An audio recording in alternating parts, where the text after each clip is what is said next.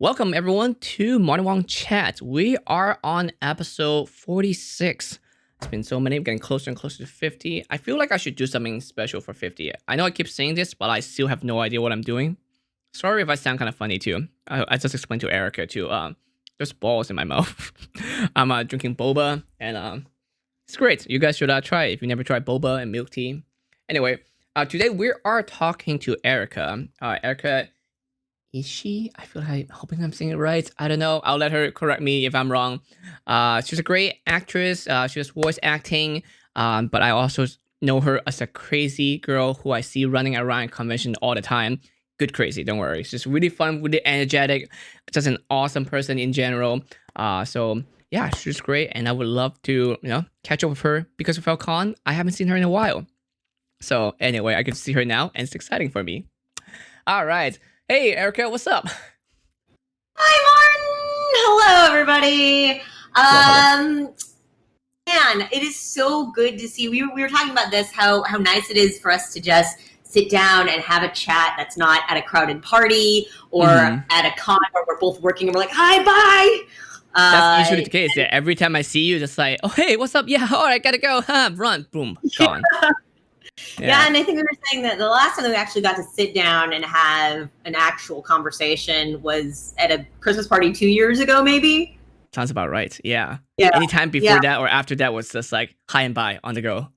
Yeah, that's the thing. That is the life of a sort of nerd creative, is that cons are work for you. And so while they're super fun and you do get a lot of great hang time in with friends, you're on constantly. You're on constantly, and you're on the run constantly, going from one appointment to the next one. And then at the end of the day, even when you're all sort of relaxing at a bar or something, you still got to stay sharp because your bosses are around. And I think people don't understand that. Like people who go to cons and go to events for fun, it's like, it's great. It's of course it's amazing. They get to check out the latest game. They get to see all this cool stuff, like bigger than life size figure, like all the stuff they have at a convention. But for us, it's like cool. But we need to jump to the next meeting, or like we need to do the next handshake and meet the new people, and it's exhausting. I mean, like you also started going to cons as a fan back in the day too, right?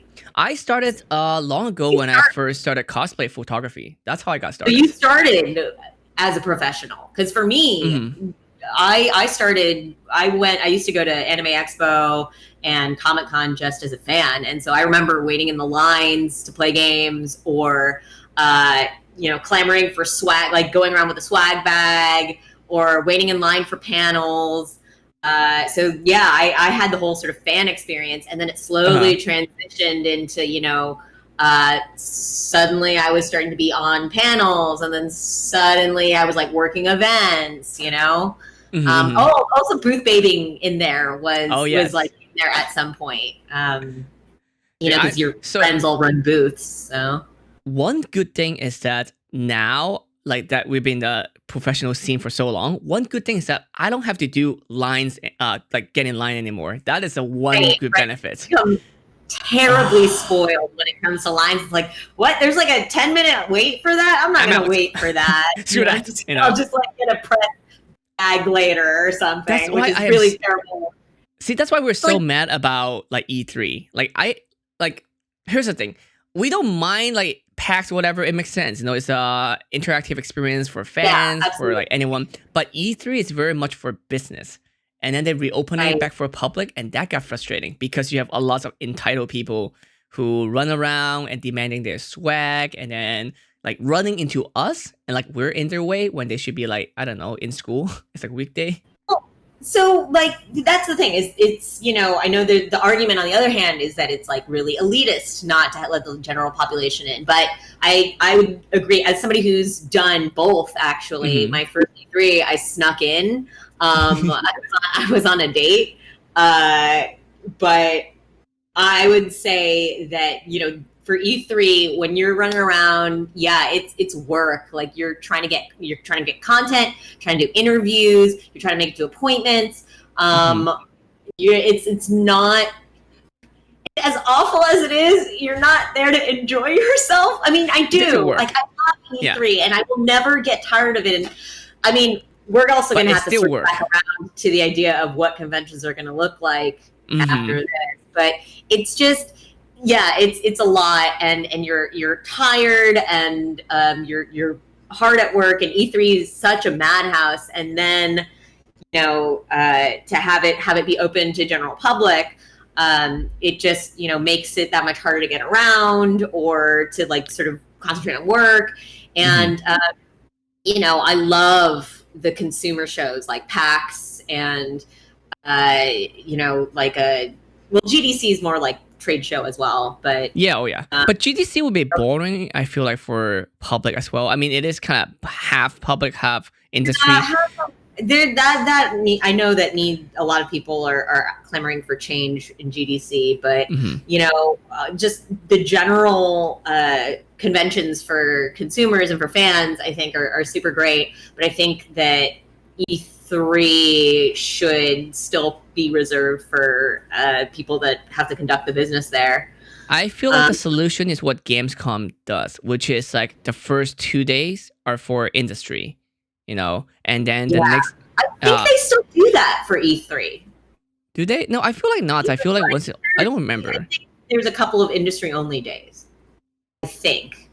Not sure. I know they have hours for media. The first hours for media, but then I feel like after that it's public. I don't think they've done it yet because I remember I feel a form to let them know saying, hey, I think it makes more sense even if you don't do like at least do it like this, right? You can either have first 2 days for industry and then the next 2 days or 4 days totals, then the last 2 days for both industry and public, or you can be like every day is the first 4 hours or 3 hours are industry only, and then it's public, like something like that. Yeah, just something to allocate time for people who are working. But but I just like right now I just kind of miss conventions.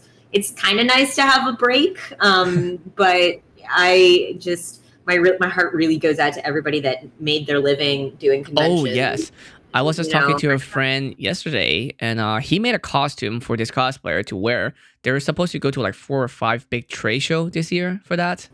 But they only went to PAX East, and then bam, done, no more. Yeah. So I don't think PAX it East was the last one that I went to, and that was like just on the edge of everything. I think it was the last. I remember I wore a mask on the plane. Nobody else was wearing a mask, but I'm like, it's an Asian culture thing. Yeah, my parents were already calling me like, before the whole shutdown. It's like, this is very serious, Martin. Take it seriously. Wear a mask. Buy toilet paper. Do all the stuff. Yeah, my aunt, she was in she was in Hong Kong. She was in Hong Kong at the time, and so like she was saying like take this seriously. So I don't know, and it's we're all kind of trying to be there as a community for each other digitally now, which is not the same. Working on some levels and not on some others. I think I feel like an old man when I tell people who haven't been to convention before. I'm like, back in my day, this is what conventions are like, and showing them, all this like fun stuff about convention. You remember Yowie paddles and the paddles and like glomping, free hug signs. Yeah, I just like a few weeks ago, I released a video which is a secret project I was gonna do the whole year, but I didn't get to do it because convention is not a thing right now. But I was gonna do a tilt shift photography, which is like everyone look like miniature figures. And I was gonna go to each conventions to do a time lapse video of people walking around, but they look like very small figures, like you would see us in like a toy. But yeah, I didn't get to do it anymore. But that is a very good showcase of see how everyone's running around, how people are so packed together. Especially I got some in PAX East. But I was like, oh, that seems like a lifetime ago. It does. I cannot believe that was this year, wasn't it? Oh yeah. Yep. Yeah, I don't know if we even saw each other there. Martin and I tend to go to the same conventions, and sometimes we'll manage to run into each other on the floor. One glorious year at E3. God, what was that? Was that last year? That was last year. And you, I think so. I was like, hey, I've got access to because CD Projekt Red is very kind. They've been Which like, I was gonna say, this chair is freaking awesome. I just saw it. I was like, I need to talk about it. Look at, and then the other side is the Wow. they're so sweet. So they've been Did sending you have me a jacket straps. too? The jacket too with that? Yeah, Because I got the jacket. Mm. We got the jacket from the activation and E3, and so they had built the whole cyberpunk bar. There was like 2 bars, and it was just like made to look exactly like cyberpunk. And they had the cosplayers there, and so Martin, I was like, "Hey, Martin, like I've got access to the lounge, and I'm wearing something cyberpunky. Can we go shoot there?" And you just so kindly did, and I love those photos so much. They remain like some of my favorite photos ever. That was fast though, because for those of you who haven't seen it, but those photos were shot with the phone because I didn't have my camera with me at that moment. You didn't have your camera, but it was with your phone, and you just like touch them up in Lightroom, just right there. And it's you're just.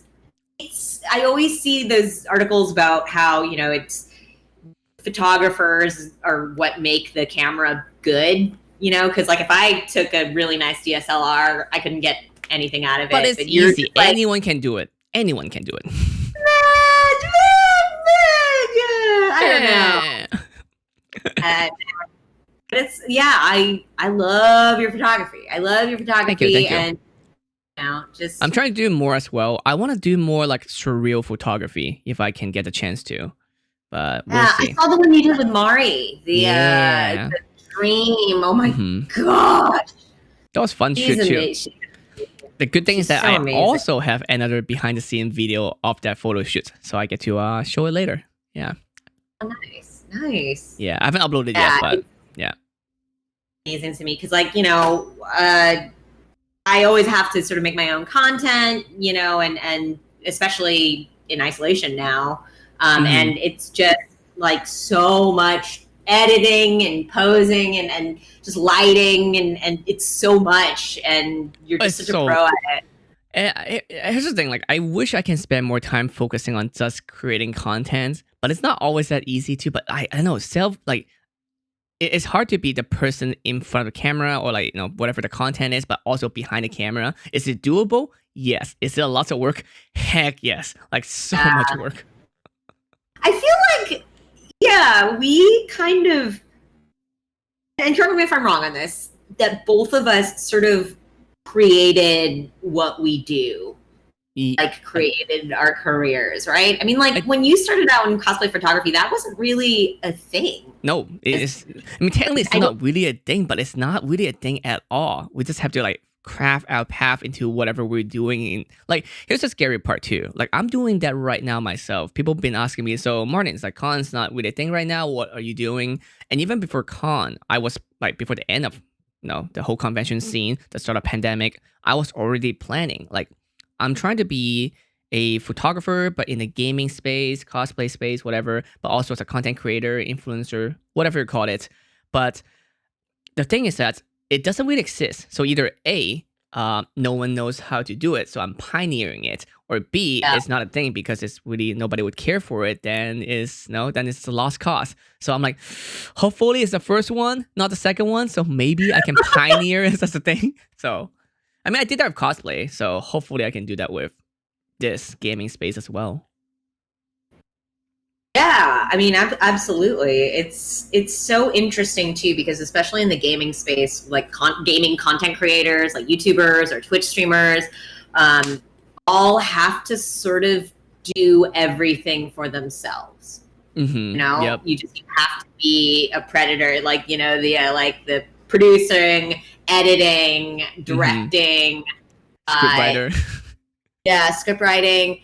And I don't know, like I've always grown up doing traditional acting, but I wasn't really making the inroads there that I wanted to, and I wasn't getting the roles that I wanted to, and so I had to sort of make my own thing. I almost sound like a broken record because every time I have any Asian content creator come up on this stream, when we do this podcast, I always talk about this, but it's kind of tricky to be Asian in the entertainment industry, I mean, especially for Asian male. Like I talked to Jimmy about this too, but it's just tough in general. Like it's getting better. It's definitely getting better, but it's definitely not there yet. Yeah, and it's so incredible to see roles and films and even behind the camera, um, Asians and Asian Americans doing things that I never thought would be possible. Mm-hmm. But there's still a long way to go. There's a lot of, this is such an uphill battle for Black and Indigenous people of color, Mm-hmm. general, just marginalized groups. Yep. Still statistically, it's not diverse enough. But It's a grind. We all have to like keep going at it.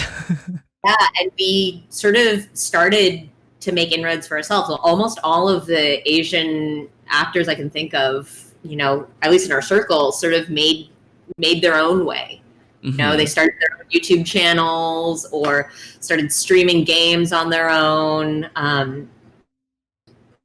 I fully believe that, like, a lot of the Asian American actors that are big right now, have gotten big because of like social media now and content creation.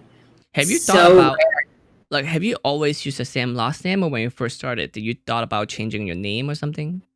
Interesting you asked that. I always used my last name. I think when I was younger, because I was a child actor, and I booked a lot, and then because I'm part Chinese. Here's the thing, Martin, and I don't know if I've ever really talked about this much, but it's hard to kind of be mixed Asian American because I'm never gonna. Asians are always considered the perpetual foreigner. Usually they just no matter what race you are, they just group us one foreigner Asian, like foreigners. Yeah, immigrants. Yeah, Asian, and I'm fourth generation American, but I'm never going to be cast as all American. But then also, when I went to Japan, they straight up, like, an old guy at the 7-Eleven straight up told me, like, you don't belong here. He's like, oh, and he said it in Japanese. He's like, oh, she's not really actually Japanese, otherwise she'd know this, blah blah blah. And so I'm like not Japanese enough, but then I'm not American. And then also I'm Chinese. And, when I went to Hong Kong, my aunt's like, don't tell anyone that you're Japanese. Do not tell anybody you're Japanese. And like in Japan, they were like, don't tell anybody that you're part Chinese. It's still a lot of baggage from World War II. Yeah. Yeah. And then I think when I was younger, occasionally we'd have to use my Chinese last name for when submitting me for roles that were Chinese, because otherwise they'd see a Japanese last name and assume that I was just trying to pass or something. And so when I signed with an agent, like out of college, when I signed with a new agent, he asked, like, would you consider changing your last name to something less obviously Asian, so that if when they see your name on the top of the pile, they don't assume that you have an accent or it's kind of, they'll make certain assumptions. And I said, no, I want to keep my last name. And I'm glad I did, because I will never know if it really impacted my career negatively or not. But that's the thing too. Like, won't you wish, like, I mean, don't you wish just knowing, not about actually doing it, but actually knowing, like, what would that difference make? And like, how crazy would that be because of just the name? Not have anything to do with your skill, your acting skill, or your actual performance, but just because your name would different, and how much it would change your career. No, and I'm very fortunate that I've gotten to play a lot of roles that are, incredibly interesting and well-rounded. Some of them happen to be Asian. Some of them, it didn't really matter that they were Asian. Now there's more of a push for diversity. A lot of casting breakdowns will say, if this character is of Asian descent, we would prefer to have somebody of Asian descent voicing them, which I really appreciate, because and there. But when it comes to voicing, does it matter though? See, that's the thing.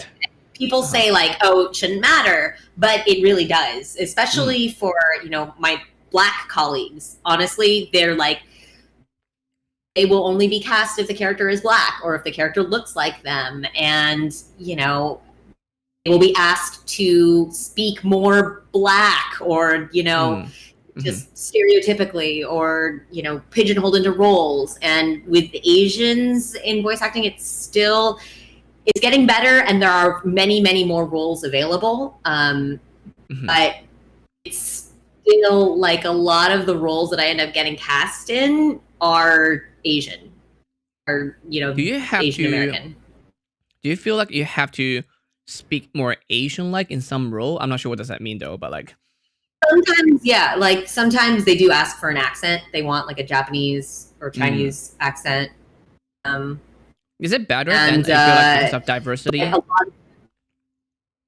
What's that? Is it better now that because they are trying to promote more diversity? Do you find that like maybe it's finally more beneficial? You know, yeah, I think, and I'm very fortunate because I feel like I only sort of got into voice acting seriously maybe a year and a half, about 2 years ago. And, you know, my agents have always been incredible. I let them know early on, you know, I don't want to play any, you know, I don't want to audition for like Black or Latino or like Indigenous parts. And they like supported that 100%. They will give me any role that they think is right for me, you know, like a role that's sort of in my wheelhouse of what I can do, regardless of, you know, if it's an Asian or not. But, and there is, I see it more and more like we would like somebody of Asian descent. They do not have to have an Asian accent. Yeah, it's such a weird thing, especially if you're born and raised in America. For, you know, a lot of Asian American who are second, third, fourth, fifth, whatever generation, they would know a lot more English than they would with whatever language that's, you know, maybe their grandparents would know, you know. So it's true. I like it's happening less now, but in a lot of cases when I was younger growing up, I would they would request a Japanese accent for auditions, just because, you know, the character is like actually Japanese or something. It was a lot rarer to get a role that was Asian American, you know. I think it's getting better, hopefully. Yeah, but it is absolutely getting better, and I'm so fortunate to get, both for voice acting and on camera acting, auditions for just incredible, diverse roles. But I think one of the role that you did was that amazed me, because you did this Gundam thing, right? Yeah! Oh my god, that was so cool! Tell me about it. I was in Gundam, in Gundam Narrative. So, and that was wild. And that's wild, like getting to be part of franchises that I grew up with, like Gundam and Sailor Moon blew my mind. You know, that's wild. So it's wild. Crazy because our things that we did grew up with, and then like, wow, I get to be involved in something that I know and love. It's like, cool.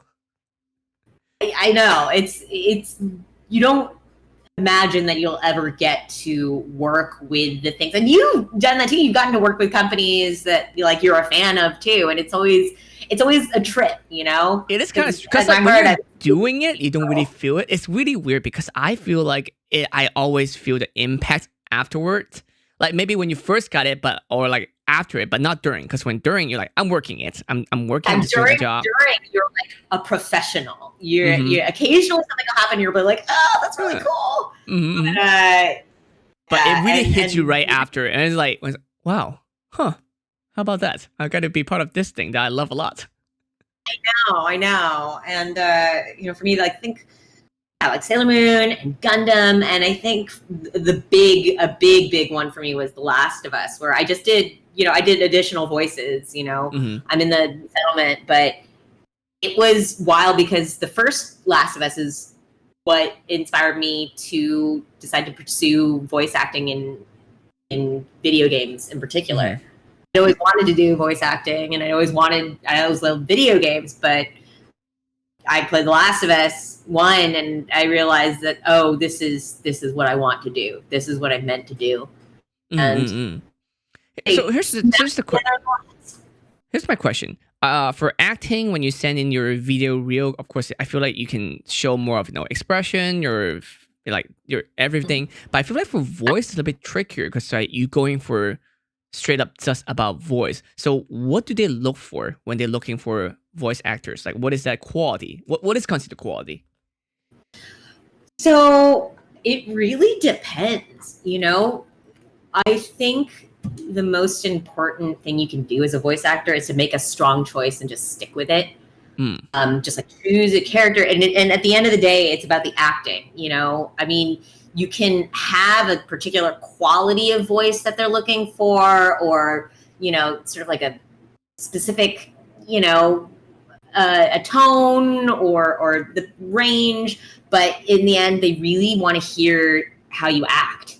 So it's the performance, and sometimes it's just, is it what they imagined, or it's just that there's a certain something that they just pick.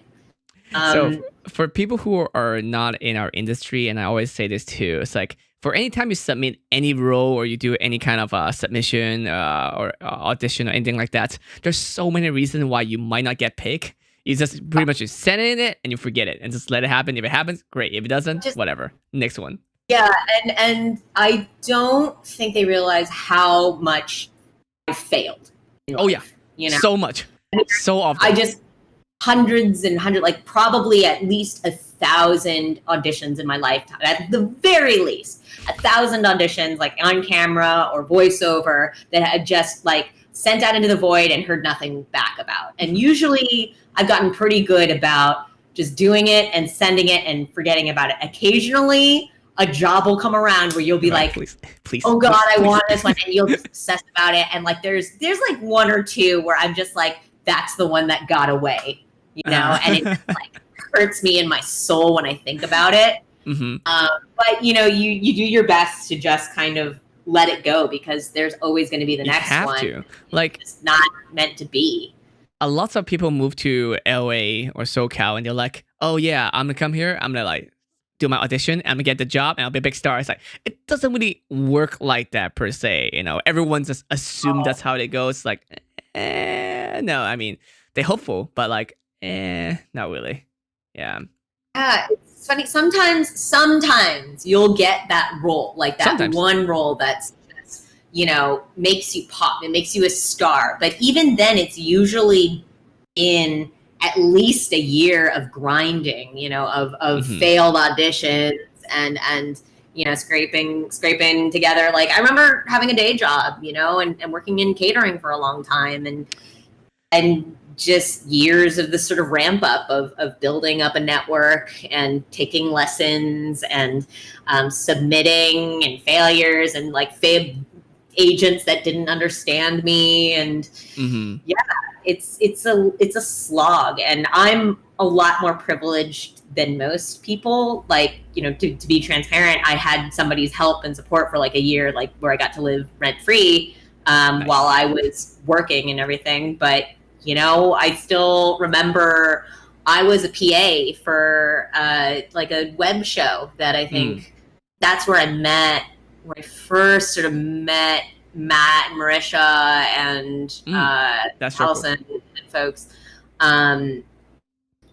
It's you pay your dues. You are everywhere though. Like, I see you do so many things, and there's sometimes I will watch, like sometimes YouTube clips will come up or like show, and I'm like, is that Erika? It's like, oh shoot, that's Erika. Like, was it College Humor sometimes, and sometimes like Geek and Sundry, like that's everywhere. And every once in a while, like, Erika. I've been so lucky to get to work with like the most talented people in the world. It's so wild that we work with, and like, you are like one of the top cosplay photographers in the world. Thank you. I mean, and just like some of my friends are the best voice actors in the world. And I know some of the best cosplayers in the world, and like people who are literally in the top of their field and live here in LA, and we are friends with them, and it's so wild to me, and I have terrible imposter syndrome all the time. We all do. Oh my god, I talk about this all the time, especially with anyone that do with like entertainment, artists, like anything. It's just like, am I really who I think I am? I mean, I say I'm not. But people keep trying to convince me like, no, you're doing great. So I'm like, I don't know about that. Like, you're so talented, Martin, and you're a good dude. That's another thing, is that like everybody's so sweet. They're so nice, because it's such a small industry that it's a very rare case in which somebody can be a jerk for long enough and get away with it. There's no point. It's like, even for a business standpoint, I feel like that's a bad idea. It's just bad business. Why would you do that? A good person, but also like, I mean, from a business standpoint, yeah, it's just everybody talks and everybody knows each other. So yep. Word gets around. Nobody's everybody's really great. Everybody in voice acting that I know is just so kind and welcoming and inclusive, and are just doing their best to make the world better in their way. Do you think like when you first got into it, was it very difficult because you didn't have like a resume or portfolio? But like now you do, of course you can like, oh, I've done this. Of course you send in your audition, but you have all this already. Is it a lot easier because of that? It was, I mean, because the thing is I was very fortunate in that, I started working on, like, I would do a lot of little projects, and it was like a ramp of like a lot of little indie games, or like doing jobs here and there, or like little promos, and just like a lot of that. And then I was lucky because a lot of the people like that I happened to work on certain projects with would be like, oh, I like your work and I like working with you.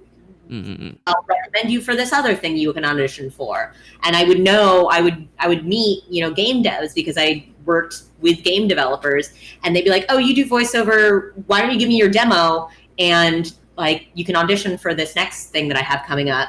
And it was, that really fed the imposter syndrome, because I'm like, oh, it's just because like I happened to be at the right place at the right time. But somebody told me that, success is where luck meets preparation.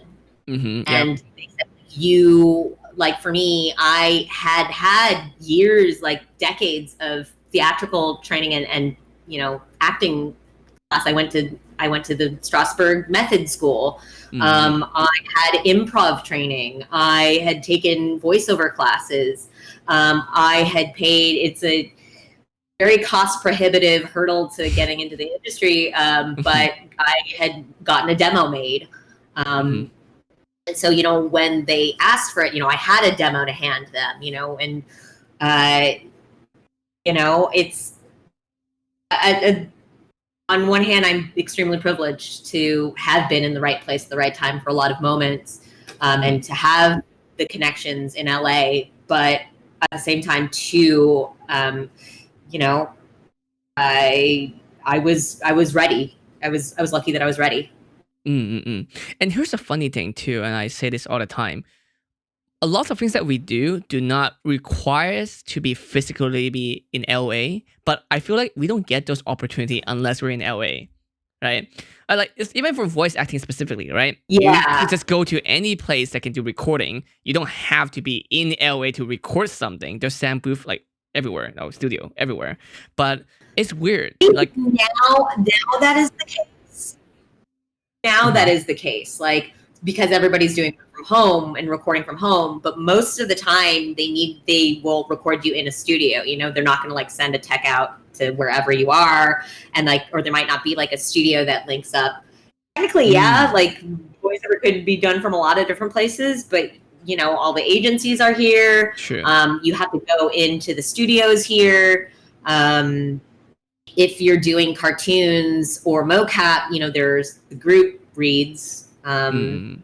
But yeah, most of the things, like for instance, streaming really, you could do it from anywhere in the world, but collaborating with and going to a lot of premieres and like this sort of network and infrastructure is all in LA or San Francisco or New York.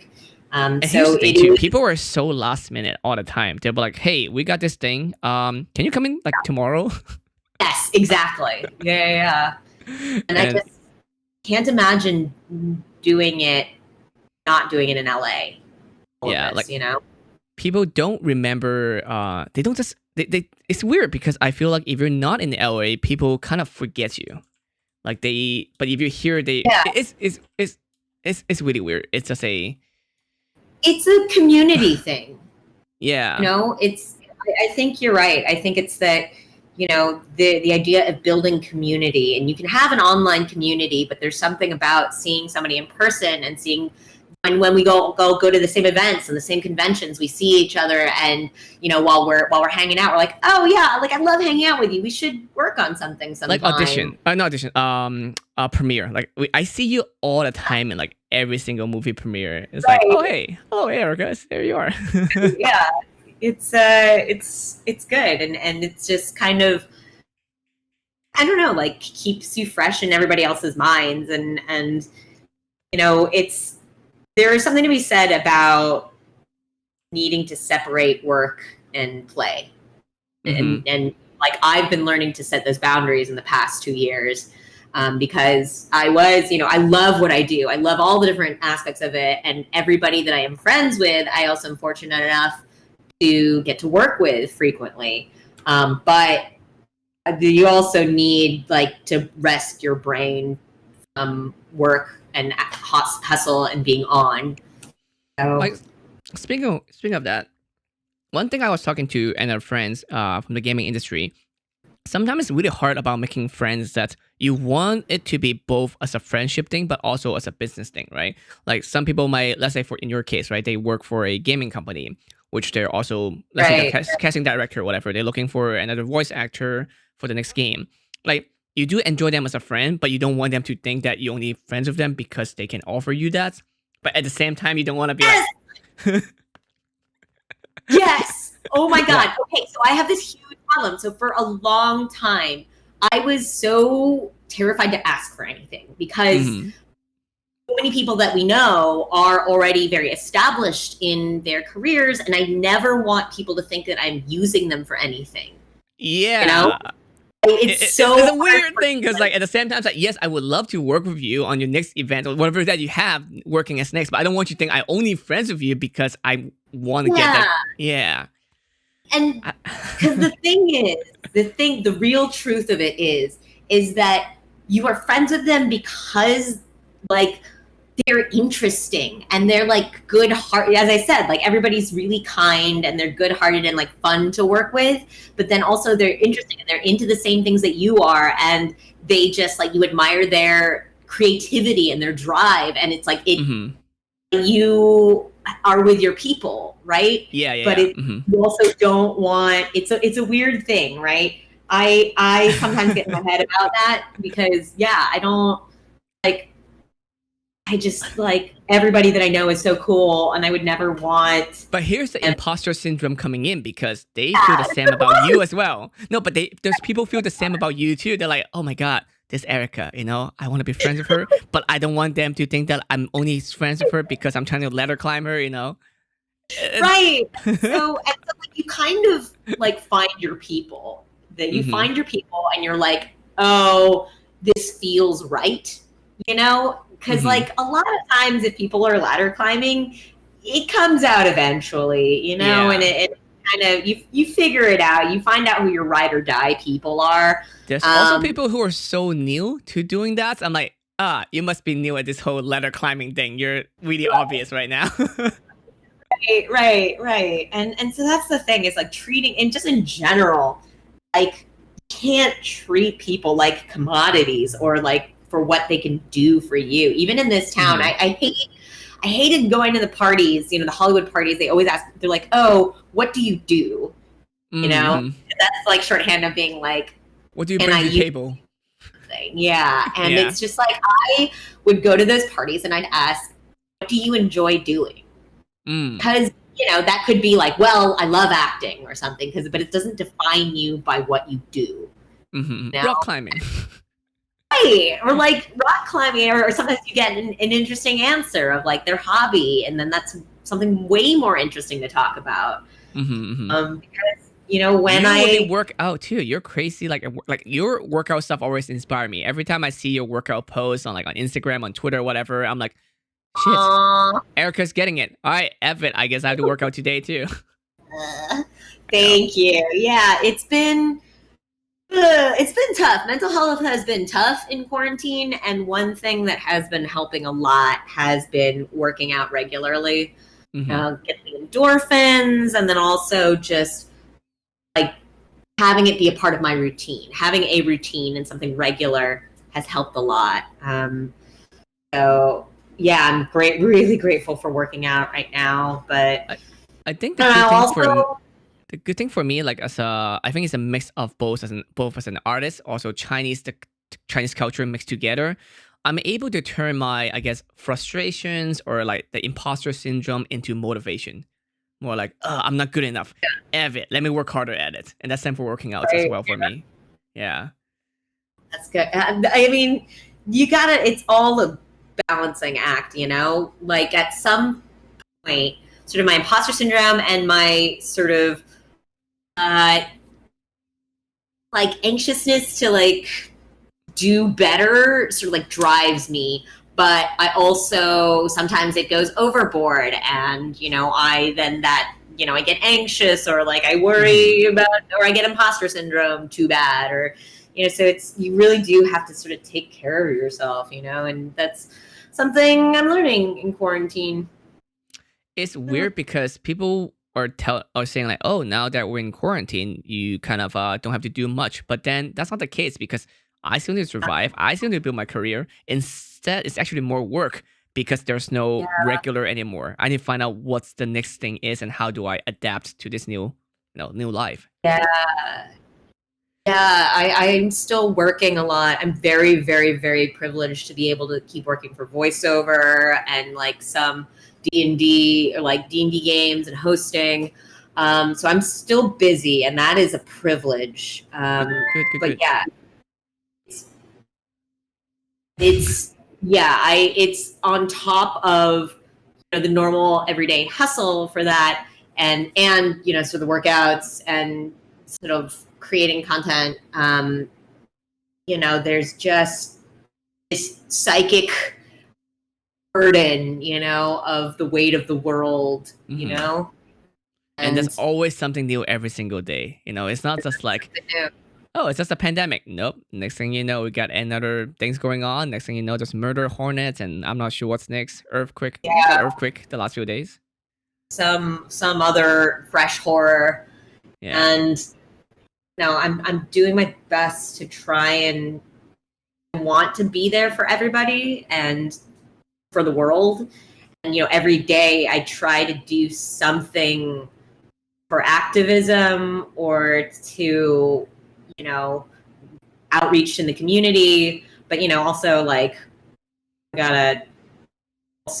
it's also kind of a slog to just be human sometimes. You need to take care of yourself. Yeah, I know. Like I'm not feeling it this week too. This week I'm just feeling kind of, I don't know, just mentally exhausted. And so I am in therapy, and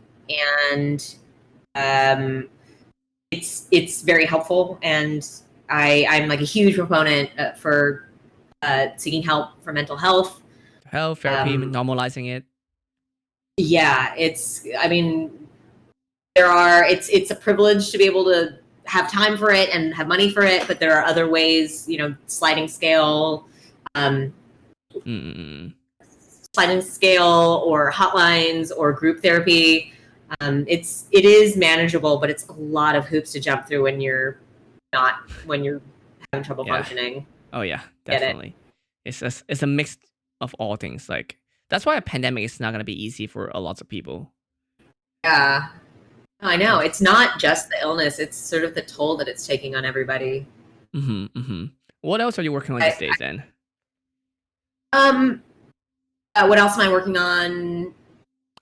Work-wise, like career, like work project. Because you're on a film show and stuff too, right? Yeah. No, let's see. What am I doing? I have So I again, like I'm very fortunate in that like voiceover has stayed regular, and I'm doing that. That's like sort of my main gig.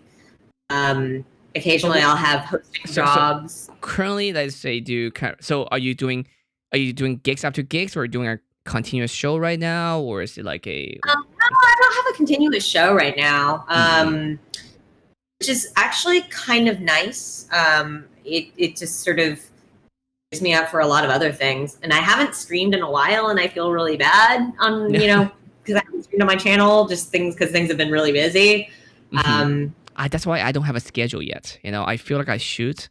But here's the thing. Every once in a while, someone be like, hey, Martin, we need to get these photos done. Or like, oh, hey, I need to shoot something. So then I can't be free to like making sure I have a stream schedule. Right. And that's the thing is like sometimes auditions will come in and it's like, we need this tomorrow. And or sometimes like the other week, and it's again, a privilege, but also stressful when like 8 auditions come in at a time and you're like, oh, I got to get through all of these in the next couple of days. Right. So, I've been so lucky to keep working regularly. And then occasionally I'll have, like I'll guest on a D&D show or something. And that's always a real treat. Yeah. How long do you think it's going to last? Like this whole new life that we have? God, it's going to be a while. I have started to sort of mentally try and prepare myself for this to be a while. Because again, the same thing. Like why I haven't really had a schedule, because I was like, don't worry. I keep saying to myself like, when this is over, when this is all done, this is what I'm going back and this is what I'm gonna do. But I don't see an end date yet, so it's scaring me. Yeah. No, and I think we all just kind of have to adjust to this and sort of be there for each other in what ways we can. And I mean, I have friends that are like gonna move out of the US because they're like, well, it's not doable. Yeah. And I don't know, it is a scary time, but also in some ways I said this at the beginning of the pandemic, and there was a while that I was sort of shaky on this, but I still think that we're going to come out of this stronger in some ways. Like, it's going to be an awful, terrible toll. And I don't know that it'll be worth it, for the amount of life lost. But at the same time, we are also getting change, and people are reflecting on things. And, I don't know that people would have had the time or the energy to focus on civic engagement, voting and activism, if it weren't for the fact that we were stuck at home.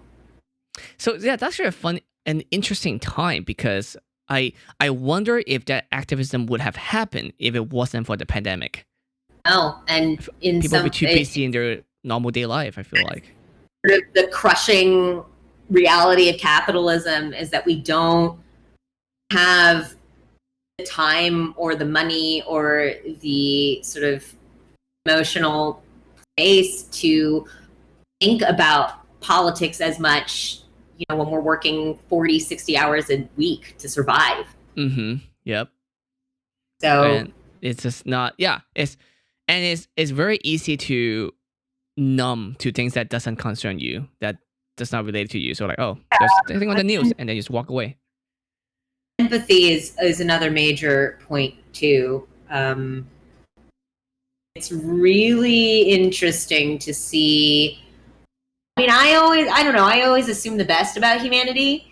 I assume that people care enough about each other to do the right thing and to take the right steps, and that progress marches on, and that as time goes on, we just learn more and we get more empathetic and we make the world better. And I still kind of believe that, despite everything that's happening now. And I still think that, I don't know, that the internet is still a force for good, and that we will come out of this wiser and more empathetic. I think that's kind of how it works, like a presidential election as well too. Like you have to have certain precedent to get to the next one, and if we didn't see the bad thing, I don't think we'll get to the good thing. Yeah, I don't know. I think hope springs eternal for me. I still think that, you hear about the younger generations and you see the statistics, and as long as they actually vote, our generation votes, I think. Mm-hmm. It's very low. People who are age 15 to 18 to 35, that group doesn't vote as much as they. But it's really weird because I feel like they're very loud on the internet. They're like the loudest one. Yeah. But they're not the ones who are voting. Yeah. True. It's always important too to realize that what we see on the internet is only a fraction of the real world. Very echo chambery. Yeah. No. Yeah. I don't know. I still think that we can change the world for the better, and that it will be better coming out of this. We'll have to make it that way. If we get to that point, we'll see. Oh, we'll get there. Yeah. Mm-hmm. Kind of a grim turnout to like, self-reflect life. Yeah. Pandemic. And it's funny because like we can't do small talk anymore. Like dating during this is like not the worst. I mean, dating is the worst. I don't know how to date at all. Like I'm like swiping every night on my phone, and I'm like, yeah, sure. But like even if I do match up with someone that's very interesting, like how is this gonna work out? How is that gonna work? But then also when you like, even if you talk to somebody, it's like impossible to make small talk because it's like, oh, how was your day? Oh, there's the crushing reality of pandemic existence on my shoulders. It's like, how do you talk to people? I don't know how to talk to people anymore, Martin. And I mean, that's the thing. Every time someone asks me like, hey, how are things? It's really hard to say, it's great. Like that just right. So my friend and I have started saying like, things are bad. Things are real rough right now because it's, I'm not going to lie to somebody. Anybody who says things are fine is either a liar or a sociopath. I mean, right? So you could just say things are rough, but I'm alive and hanging in there. Yeah. That's all we can hope for. Yeah. Like both, like, no, I was just joking the other day. It's like, oh, how's your day? Like, how's my day? Someone asked me like, just having existential crisis, the 5th time this week, normal stuff, Yeah, and I think in some ways we can be honest about that because everybody's going through it, and we can kind of be there for each other and sympathize and say, yeah, great. Like there is no reason not to be vulnerable right now in this day and age because everybody's going through it. Nobody's really okay. Yeah, that should be acceptable, like very acceptable. Like, it's not okay. The world's kind of burning right now. Yeah. That's not okay. How are you? But yeah, no, dating is rough. Career is weird. Like for me, at least, it's just like I don't know where things are going. So I'm just trying to see we're taking it step by step right now. Yeah, that's all we can really do, and I think that's just what I've sort of resigned myself to and resolved to just take things one day at a time. Yeah. How does this affect the gaming world? What do you think? In a way, because like I know, is it better though for gaming world? Video games, honestly, video games are going forward. I mean, there's some delays due to manufacturing and due to outsourcing issues, but I feel like it's one of the least impact. Yeah, it's one of the industry that's not being impacted by a lot. Yeah, I mean, it has, and everything's going to be impacted, and that's a recession. I know, definitely. But in comparison, I feel like it's not as crazy. I'm still getting the same number of auditions that I was before this, and games are still coming out. Updates are still happening. we didn't get E3, which was such a bummer. Understandable, but such a bummer. But we I feel still like that is so much needed, like an E3, like after all that's happened. Like let's say from March to like what, July, let's say everything clear out. Like only that part was a bad day, and then E3 does happen. Oh, that would be such a good break from all this bad thing. Martin, like I was so looking forward to E3 this year. This was my first E3 where I was like in the games industry. Not a pretender. Like, I had like big credits and AAA games. There's a couple of the games that are going to come out that would have had booths for me, like, and I would have gotten to go. It was my first year there as like a gaming insider pro, Yep. And like I am friends with everybody. I was gonna like I was just like sort of adjusting to like. I had a rough year before this, and so I was just adjusting to like going back out and socializing with people. It was going to be great, and then all your friends and everything. Partying, like boom, COVID happened. But you know what? It's okay. We're going to come back stronger, more resilient, and more ready to party next year. Yep, that's the plan. Hopefully, the next time I see you will be like a convention where we get to party more and drink more. No, it'll be so nice. Next one's on me. Next round's on me. We always say this. It's a problem. We always go to industry party. There's no next round on anybody. It's always free. It's always free. I make that jokes all the time too, because like I have friends who I forgot which event, and they're like, yeah, sure, we'll go to the next party, and then like whatever, next bar or whatever, next drink, I'll buy you a drink. I'm like, sure, we go to the next party. We're industry, and then we go to another party. It's also industry party. No one can buy any drink. They can't take your money. I mean, they'll take your money for tips, but they won't take your money for buying drinks. Yeah. Oh boy. Good time. Oh man, I miss E3 so much now. How dare you? No, How dare you, Erika? Oh. All right. Well, I'll try not to think about it, and I'll see what's the next thing. What month is August? Freak. Okay. Don't think about it. Don't think about it. Don't think about it. Don't think about it, man. Yeah. Okay. Good luck with that. That's really hard. That's why. I mean, I used to go to convention every other week. That was my daily live schedule. Like I normally have a suitcase out here at all time. Just there's no reason for me to put away a suitcase. I'm traveling every other week to a convention. Yeah. It's changing the cosplay industry too. I was talking about that recently. Like, I hope I can do some kind of like case study more specific to show like how this have impacted the cosplay world. How is it changing it as an industry?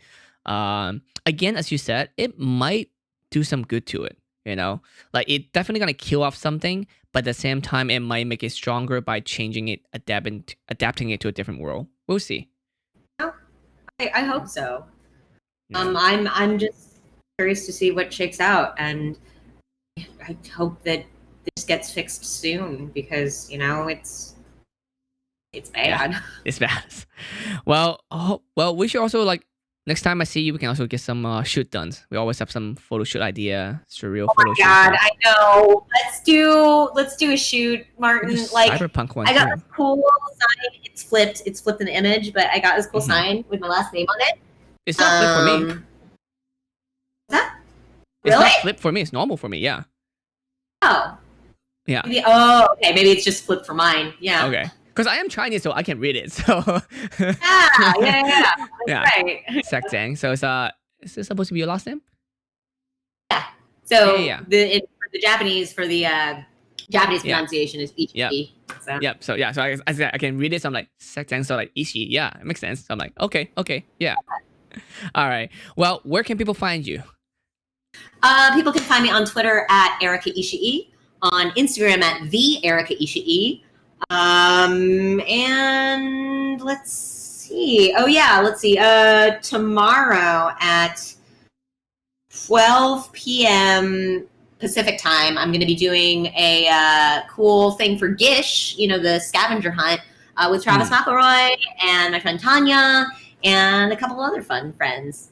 Awesome. That's great. That sounds fun. I'll try to tune in too. Yeah, I'll blast that out on my socials. Yeah. All right. Thank you so much, everyone, for joining. Of course, you can watch us again on YouTube. You should listen to this maybe on Spotify, on iTunes. You can find us anywhere on social media as well.